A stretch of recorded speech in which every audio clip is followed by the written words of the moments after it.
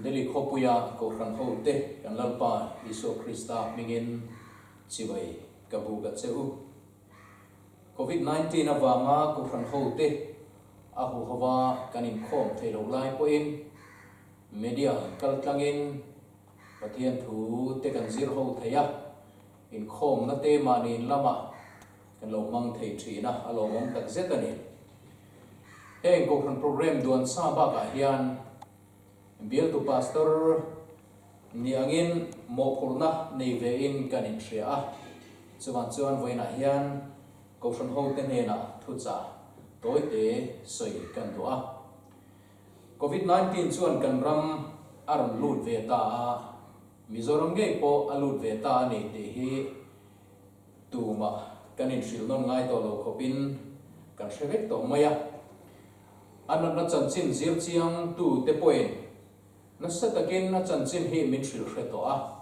chumi zul zuya sarkar le kokran ina in ve na tur le kan himtlan na tura mi puite min ngen na he zom turin kanin ngen thar le ani tin he na hian kan hria dangin tu ma thir sang lo wa mi hausa le re theite ram ro pui le ram re thei zo te Christian te le sa khodang betu te sa kho pui thiam te po athir sang chuang lo wa chuan adar zel lo na turata na mo purna hi intiat vekin kan kuta hian a omtlang ani chula chu thil ha thak tak ani lem lo wa inatom ani maya chuan he mi konga hian thu kan oi tlan chuan ko san le sarkarina mo purna min pek te oya thanem ngai taka kan ti tur te kan ti tan chuan kan himna kong ani don ane te he hre le ila heti lai hian mani in lum nge ya lau le thabarin kan lo om pal mayam te he kan lau le maya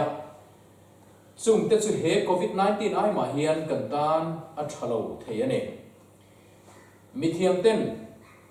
an soi thin angin he hlau na panic disorder kan ti chungchang he etiang hian an soi thina hlau na hian thakhu te tin thok lama harsat na te tin lungphu thalo te om nuam lo te tin bibi sang te po ati chok theya mihring taksa hri sel tha tan po he hlau na hian nat na engemo ape thiani ti te po an lo soya tin chung te le thil dang engemo mangan na wang point tuna min chen chilme tu COVID-19 nat na lan chuadan ang tak te po hian kan lo min hial to mai theye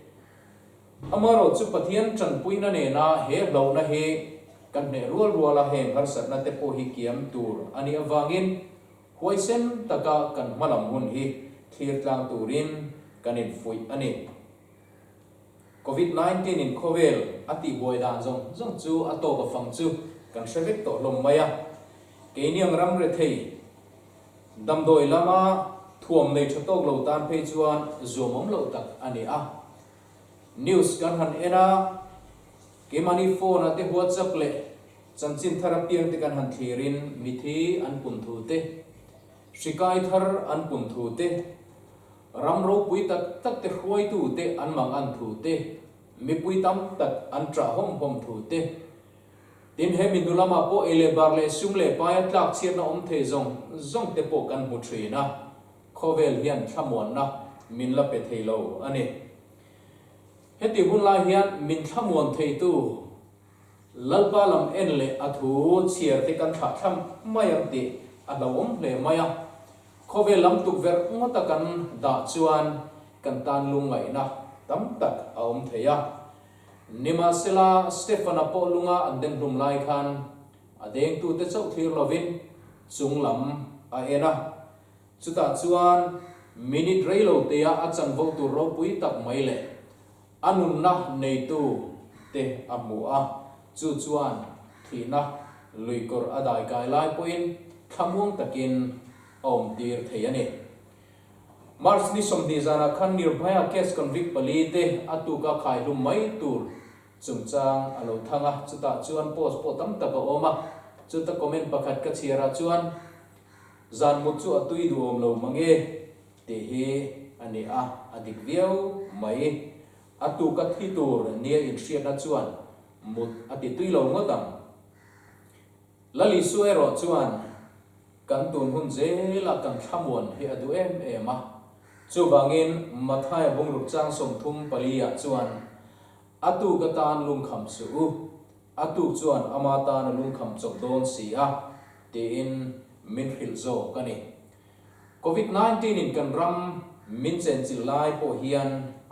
thil thalo lo theng mai thei te wanga lo trapa lo lungai lo turin kan lali suwa hian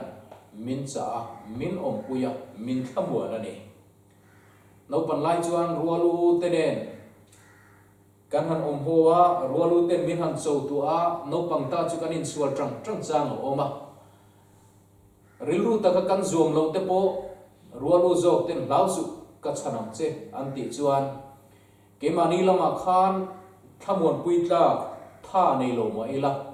min cham tu tur te lam enin kan tha muanga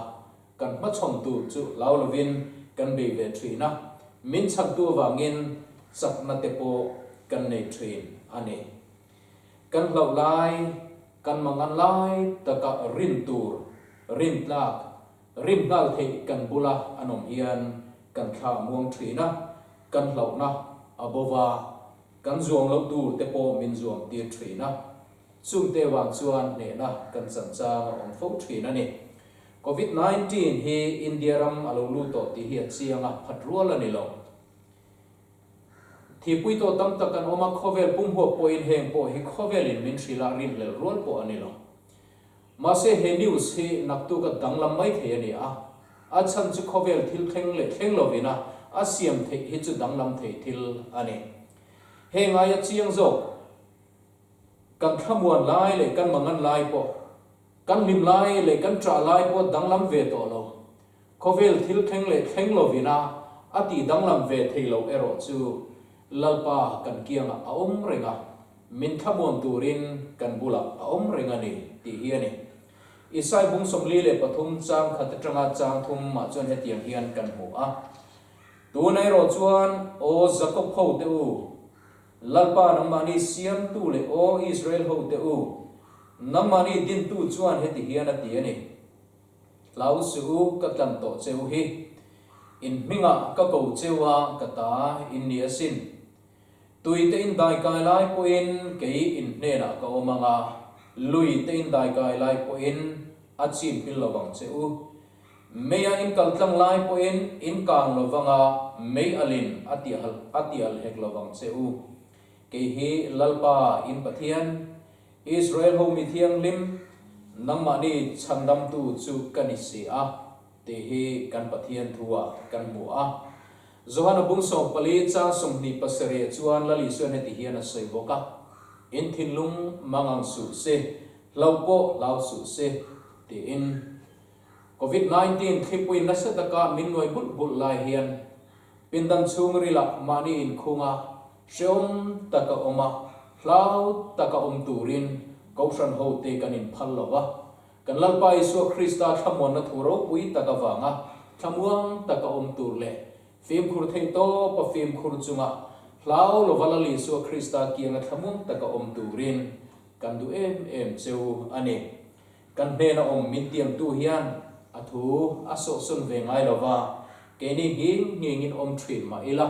ani chu anging ve ngai lo ani anena sual thupa choi chunga sima anen lam hoi kira lalpa chandam na kan mu theina turatana trong trai hi Christian zong te ti tur ani angin chutiam taka trong trai lalpa lam hoi chung chuan thamuang takin ang chung turin lalpa mal so na chang turin du sakna kala na cheu kalome